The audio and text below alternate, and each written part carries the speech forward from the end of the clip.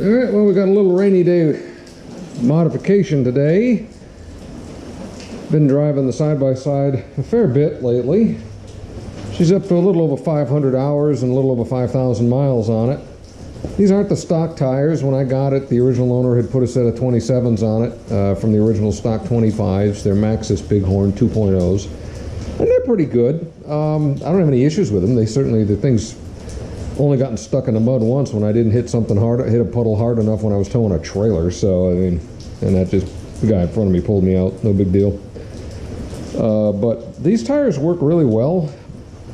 But the majority of the driving we do is either in my yard on grass or on pavement or dirt roads or stuff like that with a few mud puddles.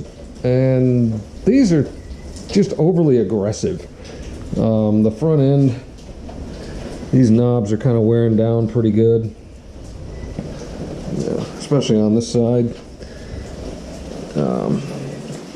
Now that said, the front end, that's not all the tires. This thing, it's got a pretty good death wobble. When I got it, the back end suspension was really sloppy, so I completely redid everything in there. I haven't done the front yet. So she's got some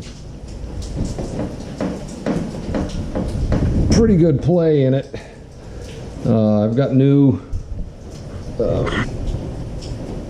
joints for the end here, and I've got new bushings for that, and then the pins and the screws and the sleeves are all in order too. We're going to change that whole thing up, try to get rid of some of this movement, and then I'm going to do an alignment on it, set it maybe a 16th toe in or something like that, and call it a day. But yeah, hopefully that'll take care of my death wobble and help the tire wear. But anyway, as to these tires being a little too aggressive, I don't need knobs. I need something more with a street tread. I mean, I still want good aggressive tread, but I need something that looks a little bit more like a street tire. So, while searching around, I found a company in Louisiana, Interco, makers of the famous TSL boggers and super swampers, that have this thing, which is the Sniper 920. Fairly aggressive tire, but a very flat street tread. And this thing actually does have a DOT stamp on it. For some of the larger tires, you can put this on an actual car. Now it's also 2711 by 12 in the rear and 27.9 in the front. They are directional as the rotation. So we'll be going this way on this way. So we're going to get that mounted right now. I'm not going to do the front end, but I'm going to get a couple of these mounted on the rears and see what they look like, and then get the fronts mounted, and then we'll have that part done. So here we go.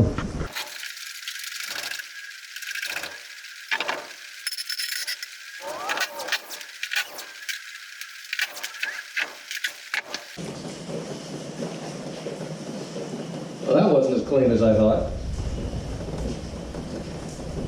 Brakes still have a little bit in them, and that could probably serve to replace the pads on those though. But they're not too bad. It'll do.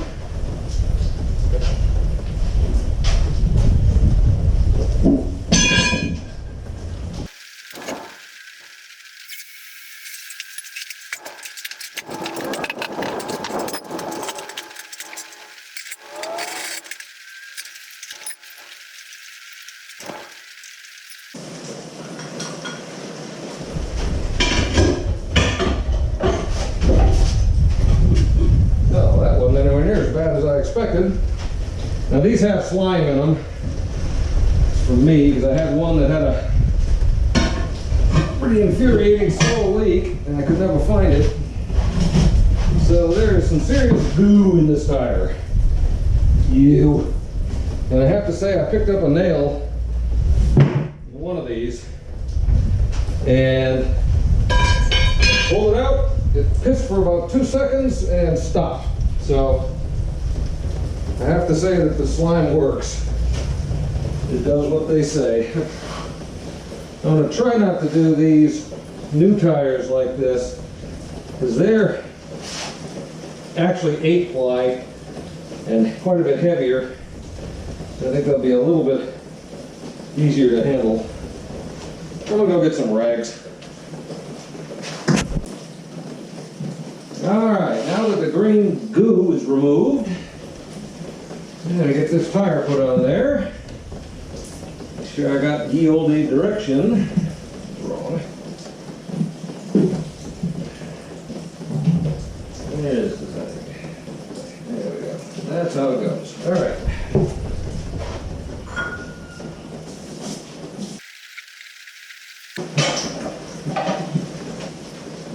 Still checking direction. There's the arrow. There it is. All right. Okay.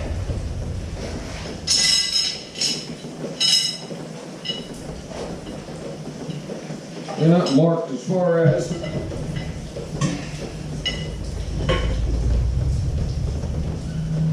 where the heavy spot is, so we're just going to wing it.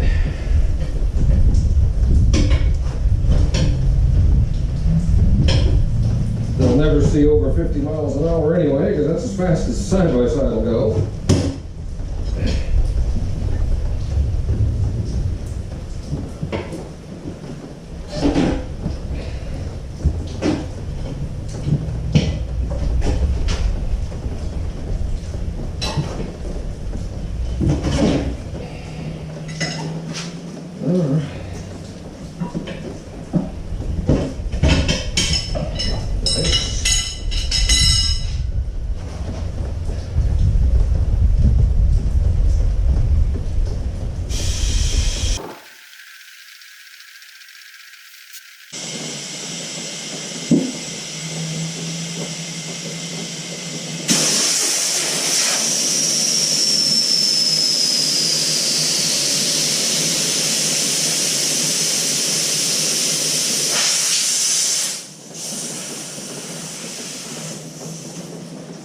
That was one of the least aggressive bead seedings I've seen in a long time.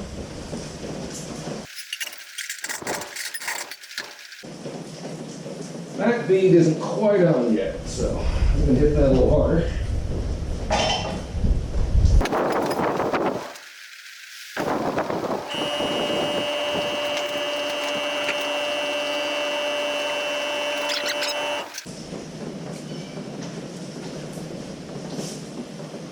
Alright, well, no, we're only up to 20 in there right now. We're going to go a little higher just to make sure.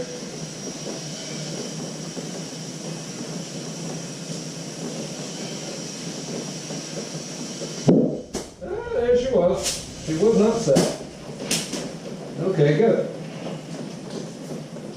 It took almost 28 psi to get that thing set. I think it's almost the max pressure these are rated for.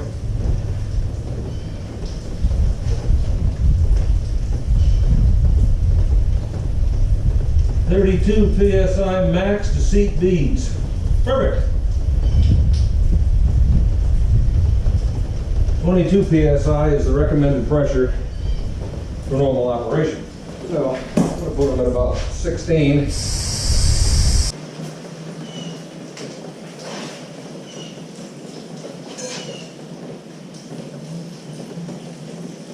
All right, so that's 17. That'll do.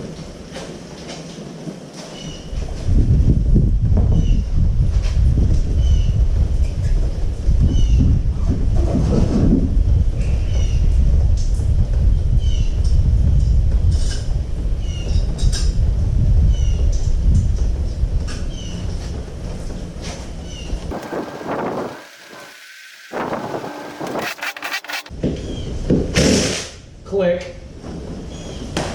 There she is. It's a little bit shorter than the old one, but that's okay because the 27s are obviously taller than the original 25s. So I like it. That's a much better looking tread, I think, for what I need to do than the Bighorn 2s, which no question are excellent tires. So now we're going to just take a quick look, see if anything's close. Ooh, look at that. Okay. So, well, that's at full droop. I don't think it's rubbing. It doesn't appear to be. I'm gonna have to go get a piece of paper. Because the original owner had bought a couple of wheels with a little bit less offset in them to push them out when he got those, but they didn't need it. And okay, we have no rub, so we're gonna get this out of here. Drop this thing down. Oh yeah, and that's much better. So even at full droop, I really don't have any clearance issues. So perfect. I don't have to change the wheels and push these wheels or these tires out where I don't really want them. I want them tucked under as much as possible. So fantastic. That's what we're going to do. We're going to get the rest of these 4 changed. You don't need to see that because it's just lather, rinse, repeat.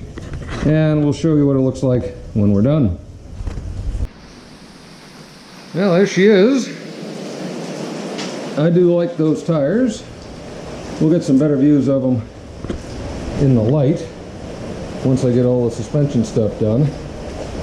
But no, that's much better. I just like the looks of them. They're a little heavier. I'm not too worried about it because I just want a little bit better performance on the road. So got 17 in the back, 15 in the front. Seems to be pretty good. Tempted to, ooh, looks like I may have a shock going bad. Bummer.